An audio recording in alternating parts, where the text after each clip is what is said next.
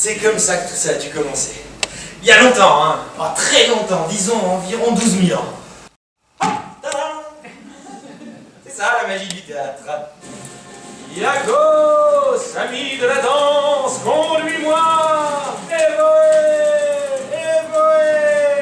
Moins 600. Le poète le plus doué d'entre eux. Eh non, pas lui. Le théâtre est né.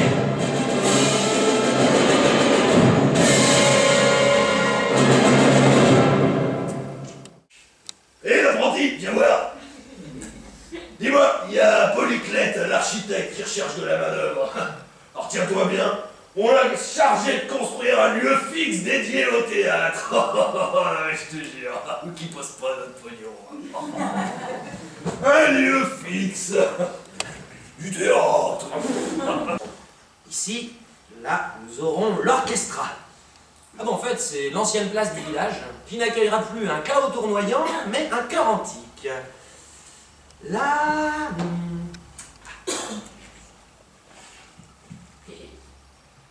nous aurons le proscenium.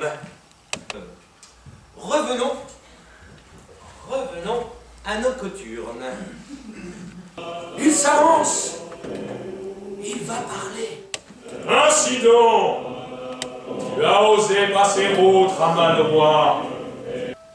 Bah oui, c'est très bien, mais on va tout de même pas faire venir la mer à Rome, hein? Alors que t'es gentil là, ta colline, on oublie. L'ambitionne. Voilà. On veut des satires, de la poilade, des farces. À poil, à poil, à poil. Et l'Église catholique, désormais toute puissante, décide de condamner ce théâtre devenu obscène et l'interdit purement et simplement. On ferme. J'ai pris mon mal en patience et je suis devenu tour à tour taillandier, apothicaire, soigneur d'ours. De ville en ville, je suis arrivé jusqu'au royaume de France.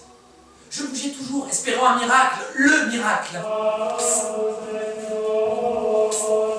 Hé, mon père, on comprend rien. Et monseigneur l'évêque, vous l'imaginez en Vierge Marie? Monsieur qui tirerait des larmes le plus rustre de vos paysans, c'est sûr. Monseigneur en Vierge Marie.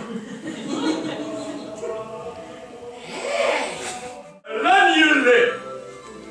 C'est maint agneau de lait que tu lui as dérobé à ton maître. Oh, bah pour ma foi, il est fort possible que j'en ai mangé plus de 30 en 3 ans. Je crois que je vais lui jouer un bon tour.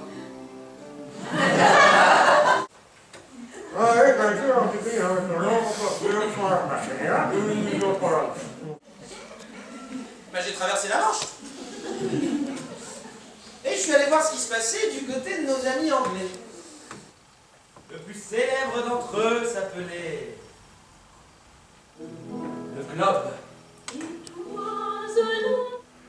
Mourir, dormir, rien de plus. Et dire que par ce sommeil de mort, nous mettons fin aux 1000 tortures qui sont le legs naturel de la chair. C'est là un dénouement qu'on doit souhaiter avec ferveur. C'est en Italie que ça se passe! Oh! Ni une ni deux! J'ai sauté sur le premier bateau en partance et... Goodbye England! Buongiorno Italia!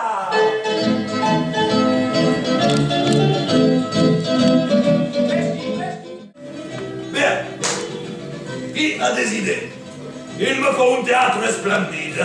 Un théâtre qui nous ramène au plus près de notre glorieux passé. La Rome éternelle. Au lieu des 3 ouvertures héritées des Grecs, pratiquons-en 5 et plus grandes, à travers lesquelles on pourrait voir des décors en trompe-l'œil, des rues, des forêts. Ensuite, plaçons le sol de l'arrière-scène en pente pour votre fameuse perspective.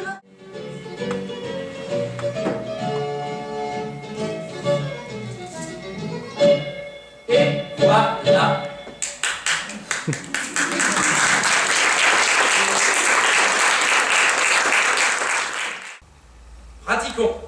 seule et très large ouverture centrale. Sur le sol de l'ensemble de la scène en pente, pour votre fameuse perspective, agrandissons bien en hauteur le cadre de scène afin de pouvoir placer les cintres. L'amphithéâtre devient un fer à cheval tout en hauteur afin de pouvoir mettre plus de monde. Et voilà, le modèle parfait du théâtre à l'italienne qui sera ensuite repris dans toute l'Europe. Mademoiselle, monsieur, vous voulez bien me suivre, s'il vous plaît? Les nobles étaient assis de part et d'autre de la scène, et oui, sur scène, carrément. La troupe de Molière et ses concurrents de l'hôtel de Bourgogne. Le roi décide de fusionner les deux, créant ainsi la Comédie Française.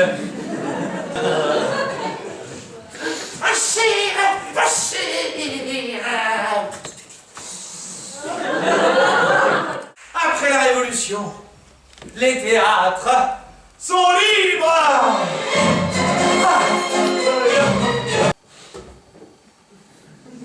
Ouais, j'étais devenu souffleur. Oui, silence! Tant pis, je le file.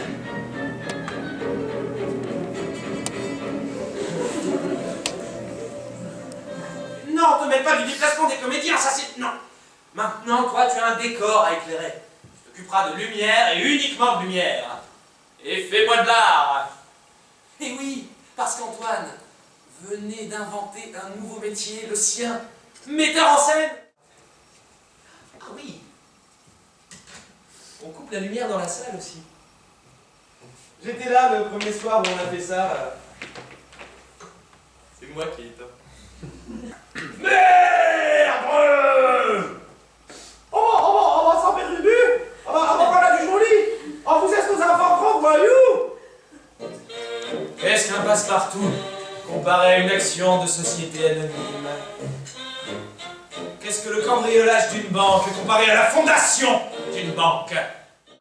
Et puis plus de classe sociale, on se mélange maintenant. Allez, mettons le public en gradin face à la scène. Ah ouais, et puis les décors sur toile qui montent et qui descendent, c'est fini. Alors les cintres, hop. Ok, on enlève. Allez, je sais. Enlevez-moi toutes ces dorures, ces couleurs, et repeignons le tout en noir. Je sais. On pourrait mettre un système de rideaux.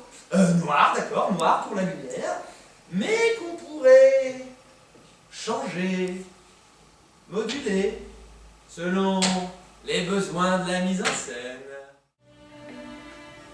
Allons-nous-en. Mais on ne peut pas. Pourquoi? On attend Godot. Laissez mon esprit s'envoler vers Athènes, la magnifique. Revoyez ces ruelles blanches, grouillant d'une foule bruyante, parfumée, bigarrée, se rendant en masse, boire la parole de mes auteurs adulés. Il faut être en mouvement, collé à son époque, tenter de l'éclairer en tenant bien haut le miroir dans lequel chacun, chacune pourra voir son reflet et s'interroger à son tour. Parce qu'après tout, qu'est-ce qui est le plus important? Que mon histoire soit vraie? Ou d'y avoir cru? Ensemble.